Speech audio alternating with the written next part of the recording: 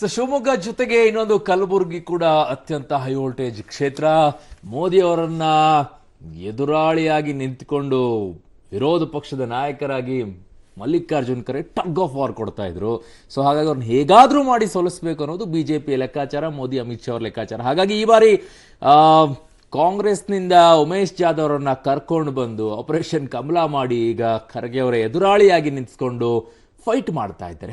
ಹೇಗಿದೆ ಕಲಬುರಗಿ ಲೋಕಸಭಾ ಕ್ಷೇತ್ರದ ಆ ಜಿದ್ದಾಜಿದ್ದಿ ನೋಡಿ.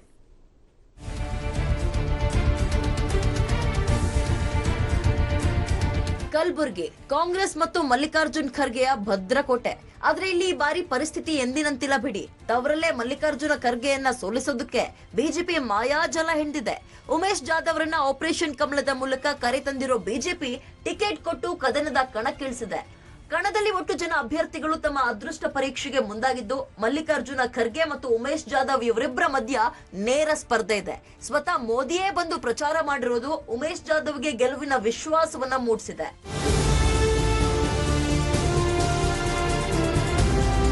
ಕಲಬುರಗಿ ಲೋಕಸಭೆ ವ್ಯಾಪ್ತಿಯ 8 ಮತಕ್ಷೇತ್ರಗಳಲ್ಲಿ ಒಟ್ಟು 19,45,291 ಮತಗಳಿದ್ದು, ಅದರಲ್ಲಿ 9,80,105 ಪುರುಷ ಮತದಾರರು ಹಾಗೂ 9,64,845 ಮಹಿಳಾ ಮತದಾರರು ಹಾಗೂ 341 ತೃತೀಯ ಲಿಂಗದ ಜನ ತಮ್ಮ ಮತದಾನದ ಹಕ್ಕನ್ನ ಚಲಾಯಿಸಲಿದ್ದಾರೆ.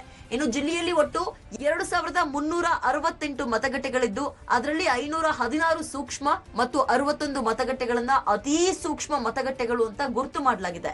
ಇನ್ನು ನ್ಯಾಯಸಮ್ಮತ ಚುನಾವಣೆಗಾಗಿ ಅರೆಸೇನೆ ಸೇರಿದಂತೆ 27 ಜಿಲ್ಲಾ ಸಶಸ್ತ್ರ ಪಡೆಯ ಸಿಬ್ಬಂದಿ ಸೇರಿದಂತೆ ಬಿಗಿ ಪೊಲೀಸ್ ಬಂದೋಬಸ್ತ್ ಅನ್ನ ಏರ್ಪಡಿಸಲಾಗಿದೆ. ಇನ್ನು ಕ್ಷೇತ್ರದಲ್ಲಿ 2014ರಲ್ಲಿ 57% ಮತದಾನ ನಡೆದಿದ್ದು, ಅದನ್ನ ಹೆಚ್ಚು ಮಾಡೋದಕ್ಕೆ ಮಹಿಳೆಯರಿಗಾಗಿ ಪಿಂಕ್ ಬೂತ್ ಅನ್ನ ನಿರ್ಮಿಸಲಾಗಿದೆ.